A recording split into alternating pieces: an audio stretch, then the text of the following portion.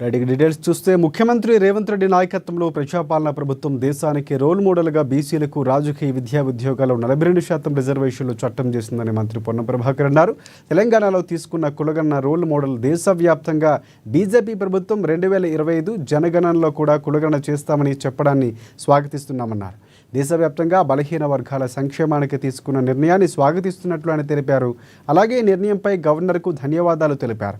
దేశవ్యాప్తంగా కులగణన చేస్తామని చెప్పిన కేంద్ర ప్రభుత్వం ఇప్పటికే తెలంగాణ ప్రభుత్వం చేస్తున్న కులగణన ఆధారంగా బీసీలకు రాజకీయ విద్యా ఉద్యోగాల్లో 42% రిజర్వేషన్లు పెంచుతూ చేస్తున్న చట్టాన్ని కూడా అమలు చేయడానికి ఆమోదించాలి. కేంద్ర ప్రభుత్వం బీసీల చిత్తశుద్ధి నిరూపించుకోవాలని మంత్రి పొన్నం కోరారు.